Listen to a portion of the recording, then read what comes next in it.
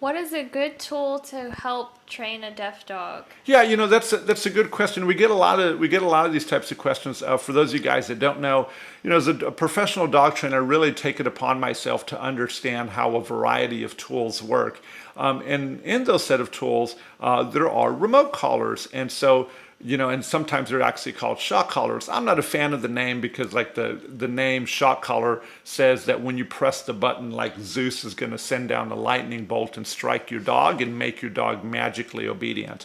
Well, that's not actually the case.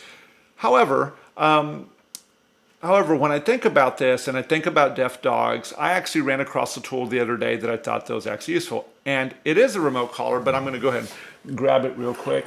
It is a remote collar, and it's actually made by eCollar Technologies. I actually have the transmitter from the Mini Educator right here.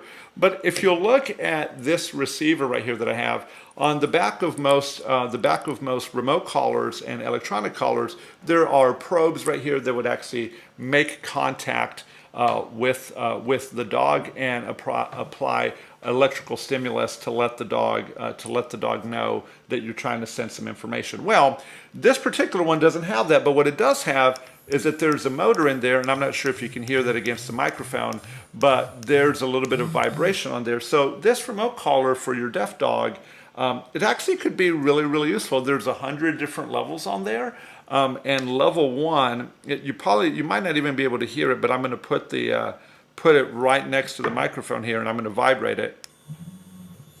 And you might be able to hear that that's the motor buzzing, but man, just a really nice tool. You guys can probably hear that coming through on the microphone. But it's just a really nice tool to be able to use with your deaf dog to be able to get some attention. Maybe you could create a series of patterns that could give the dog a recall command, maybe an attention command or different things.